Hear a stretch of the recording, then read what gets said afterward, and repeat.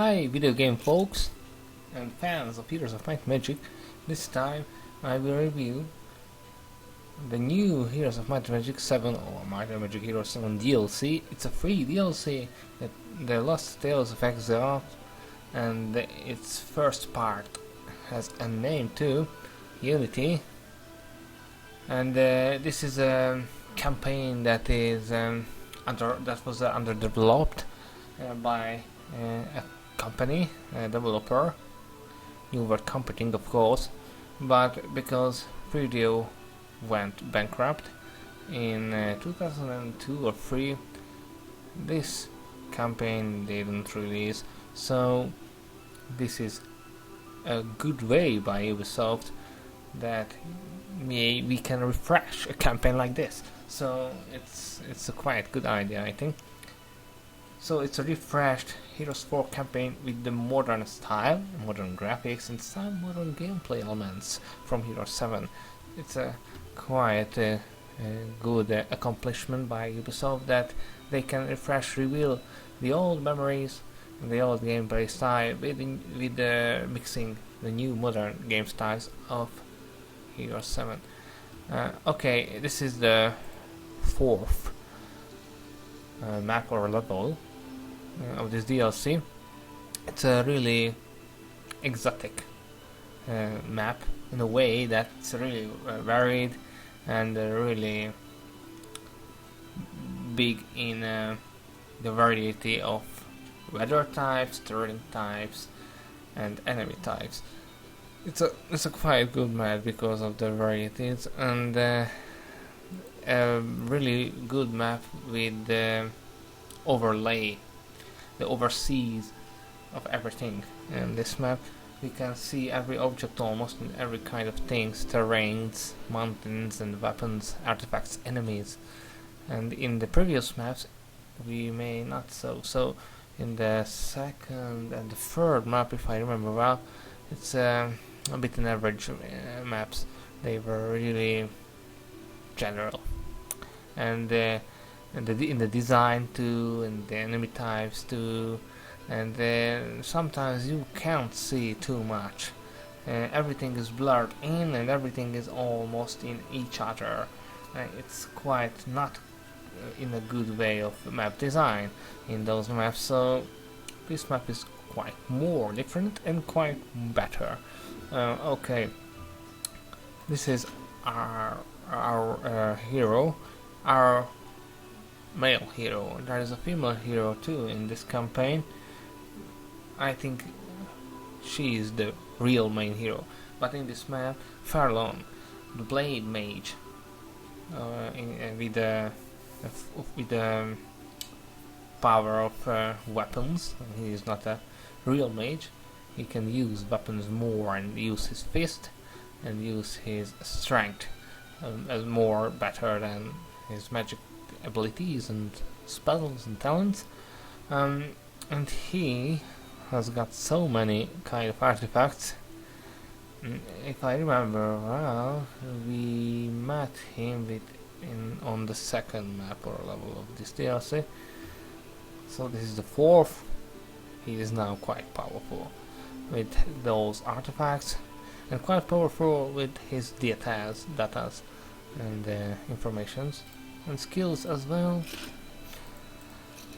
Sadly, the female main hero of this DLC isn't in this map yet.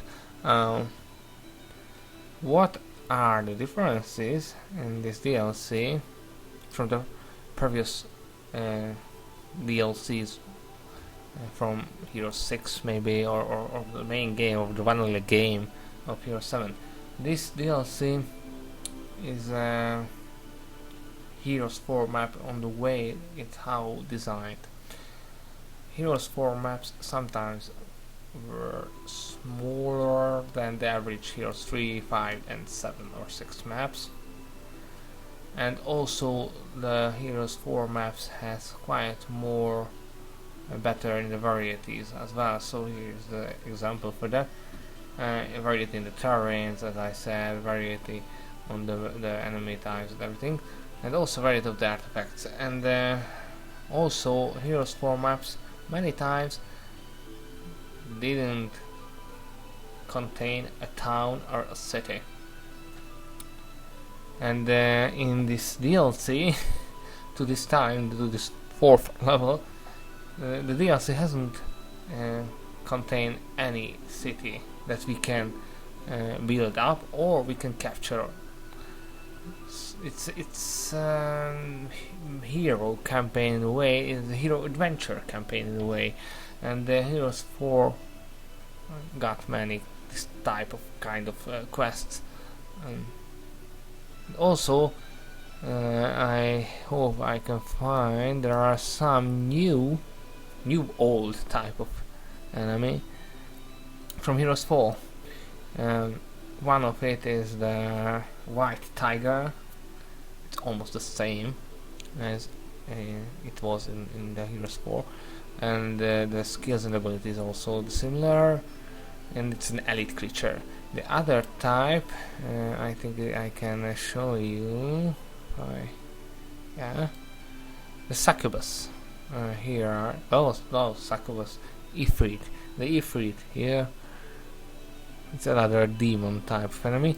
Maybe, I hope, it will be a creature for the Inferno faction. I hope that the Juggernauts and the succubus will be not contained in the lineups of the Inferno, because I don't like them really much in Hero 7, mainly Juggernaut, but I don't like Succubus because it has got a truly more powerful ability than the other types of elites, I think, so it's quite too more powerful. And Juggernaut, it's too more not fit well in the demon lineup in his ability, in his abilities and in his strengths. It's quite not too much powerful. It's the opposite almost in Succubus, so I think, from the main game, Hero 7. So these are the two types of new creatures, new old creatures, and also there are new types of neutral creatures from free update from the main game. Dark Elemental, for example, Light Elemental, for example. So these are the new creatures, and also there are some new type of buildings. Here is a big fire mage temple. Here we can learn those fire abilities, so many, what we can learn by our knowledge of fire magic. If we leveled up the fire magic 3 skill or will skill tree, we will use some, depending on how our fire level, magic level are on nowadays. We can learn those type of and those levels of fire magic. You can see here are unskilled one, beginner one, expert one, and master one as well. And there are many more types of buildings, new buildings in the adventure maps. 30 if I remember well, so it's quite good. And there is one or two new skirmish map and multiplayer map also, and also there are 40 or 50 type of new, not type, new heroes. Simply 50 or 40 new heroes are in this DLC. I don't know that they can be used in multiplayer and skirmish or not, but in the campaign, well, not for sure, but I think it's for sure that they can use in the skirmish maps also. As you can see, quite beautiful snow here. The snow dropped pretty well. And then there is a volcano. I am really sad that there are no anything new of skills here, but I hope that if there will be a real expansion pack, they will come with new skills as well. Okay, let's fight a really big battle. I hope I will not die, but maybe. The battle system is almost 100% similar, so it's not quite different. As you can hear, what is Heroes 4 here too is the music. The soundtrack of Heroes 4 are back in this DLC. It's quite good. I think maybe the best soundtrack of the Heroes franchise, Heroes 4.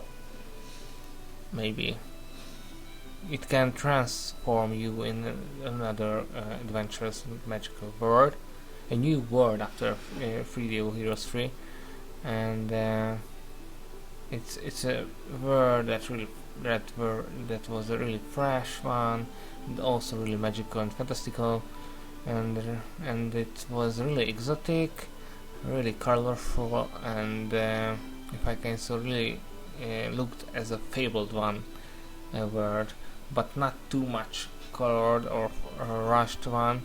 It's not like World of Warcraft style of graphics, so I think it has got really great elements. In the campaign, Heroes 4 maybe the second best campaign in the Heroes franchise, and gameplay wise too, but it was released as almost in an alpha or a beta version, so it was quite not good on technical sides and not balanced really well in the game mechanics and the basics, but it has got great ideas, also great skill system, I think, great magic system, I think, not so great hero system. You know, in Heroes 4 we can only use the Heroes 4 the heroes in battlefields or at the battlefields as well. Only in Heroes 4 it's not quite more polished, not quite developed well because video bankrupt. So it was a mess sometimes, but good idea. I hope they will use it as well in the future parts of Heroes franchise. We will see. So this is a quite hard battle, I think. Oh, sadly the gold dragon is here at once, so I will use this. Then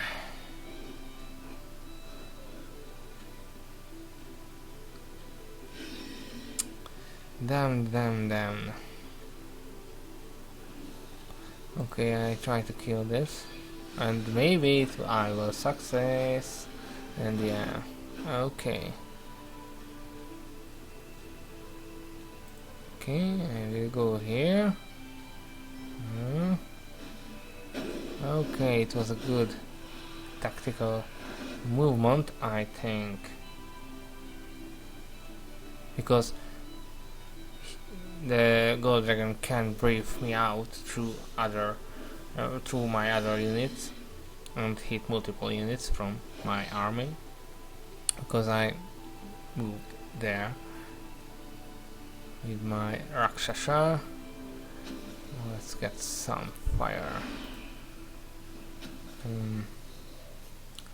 Okay, it looks good, I can say so.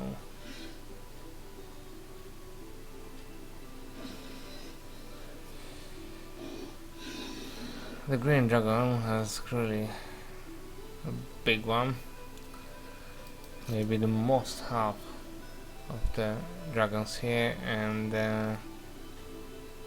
they can regenerate, so quite hard to kill forever. Okay. Oh, that's hurt. But oh no. No. We can't heal or resurrect medical units, of course.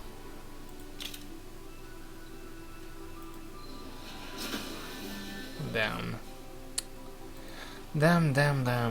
No.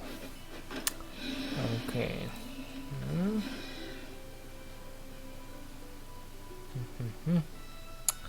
No, I will not hit him. in this turn.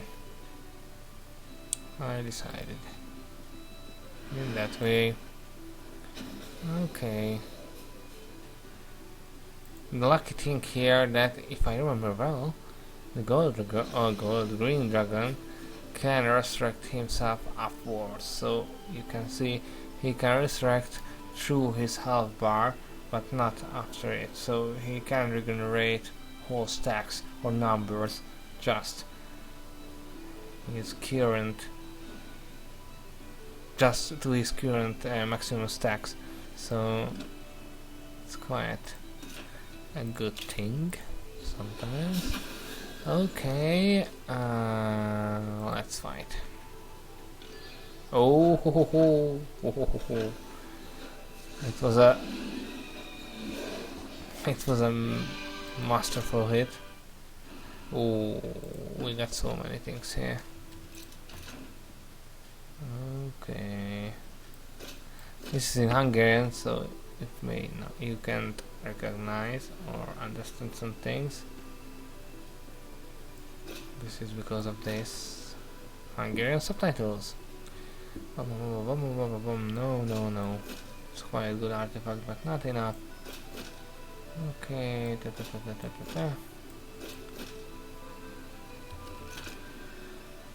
Okay, let's move forward. And the other great things in this DLC may be that the enemy has those flag types that may used in the heroes. Those used in the Heroes 4 game, I think, but I'm not quite sure.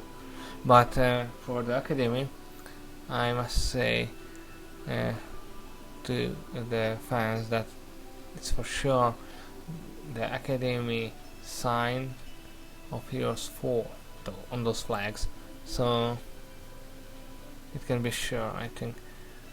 I don't think I will fight this, but maybe. Okay. But no, the artifact is not quite good enough for a fight. How will we put it there? Oh. Ship can be built here.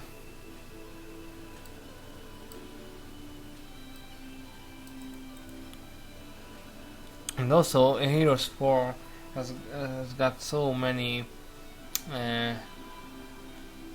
seasons and parts of the map where you can travel so fast and so long by boats on sea. You have got so many sea-type quests, and in the DLC you can see that you can move so much with boats because there are so many sea parts on the maps, and also on the previous maps.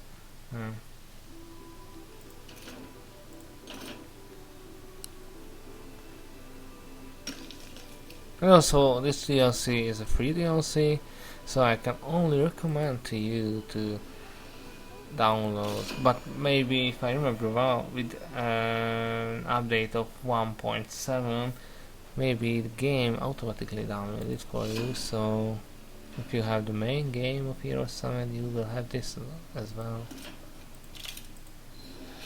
Okay, let's die.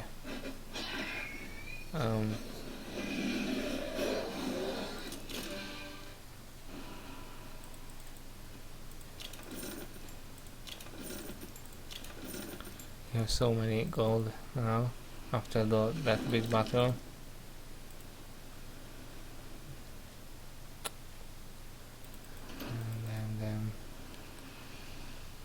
And it was 4 maps, and also the campaigns are quite long sometimes. This DLC isn't long enough, I think, because I maybe played for 3 or 4 hours, and I am almost at the end. So it's a 5 map campaign, and this is the 4th one. So maybe not quite long, but it was free, so why we would be angry about that.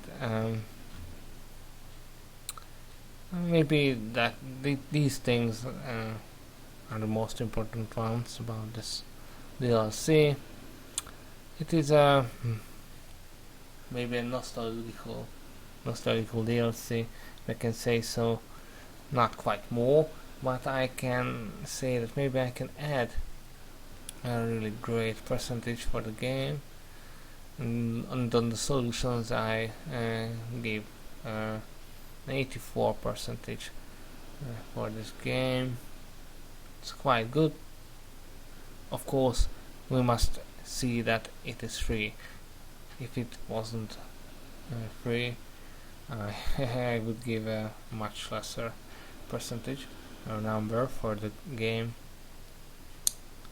So that is the most important thing, one of the most important thing, of course, on DLC. And it is a quite good DLC for the fans who loved Heroes 4, because it is a nostalgical DLC, if I can say so, and who liked the Heroes 4 main game and the expansions will like this as well, I think. But those who didn't like the main game of Heroes 7, I think will not like this game, this DLC too, because it's a quite of mixture, as you can watch here through this video or review. In this review, this is a game of gameplay and graphic mechanics of Heroes 7 and nostalgical parts, elements, buildings, creatures, and music of Heroes 4, and maybe the story type too. The story type is similar because you have got a text in brackets, as like it was in Heroes 4, and the story methods and the walkthrough on the story is similar that was in Heroes 4, so it's not quite like in Heroes 5 or 6. So that was my review about this DLC. I hope you liked it. It's a quite good one, but not perfect one, of course, and this will be good enough truly for only the Heroes fans of Heroes 4, I think. But for the others, I can recommend them too. Let's try it free. So what can be wrong? Yeah, your money will be stay there in your pockets. So what can I say so far? Okay, I must have a goodbye. Thanks for watching, and I hope you can enjoy more GameWorld videos in the future. So goodbye.